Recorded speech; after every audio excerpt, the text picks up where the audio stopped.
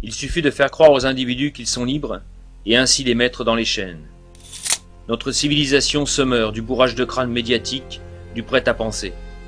Nos vies sont déjà gravement menacées par la nourriture dépourvue du nécessaire vital pour notre santé. Que sont devenues nos cités, nos rues et la nature environnante, véritablement dépersonnalisées pour le plus grand profit du politiquement correct?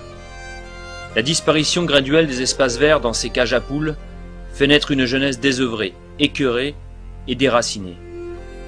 Les programmes scolaires sont orientés et falsifiés idéologiquement pour être assénés en vue de l'esclavage de masse, sombrant dans un monde chimérique de non-existence.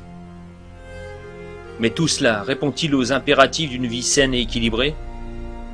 Environnement saccagé, valeurs humaines anéanties, nos vies et nos esprits sont manipulés. Voilà ce qu'il convient d'attribuer à la logique de destruction de cette anti-civilisation. Le système s'attache à enlever toute signification aux actes de la vie, à anéantir toute valeur, alors que nos yeux vides de tout idéal avancent, musique bruyante aux oreilles, dans des délires conditionnés. La répression s'abat sur les citoyens quand ils n'acceptent pas d'être soumis, alors que l'insécurité s'installe partout en toute impunité. La République devra répondre devant le tribunal de l'histoire pour nos libertés perdues. La puissance bureaucratique et l'inquisition fiscale règnent. C'est une vaste machine à broyer les énergies. La France fonctionnalisée détruit systématiquement la paysannerie, l'artisanat et le petit commerce. Proudhon aurait dit « Contrôler, étiqueter, administrer, fiscaliser, amender, noyauter, enrégimenter, écraser, confisquer, endetter et finalement révolter, enfermer, parfois suicider ou fusiller. » Nous ne voulons pas être des numéros. Dans ce système où la consommation, le calmant augmente comme le taux de suicide, l'adversaire a pris la forme d'une mécanique implacable, servie par la toute-puissance de l'État.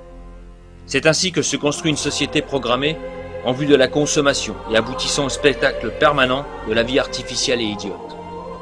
Notre travail et nos impôts financent un système bancaire et économiquement injuste. Les financiers et les traders sans morale continuent à s'engraisser. Les super-profits explosent alors que des millions de travailleurs se retrouvent sans emploi. Le travail doit-il être géré comme une marchandise? Il se délocalise loin des lieux d'origine, avec son lot de déracinement et de misère.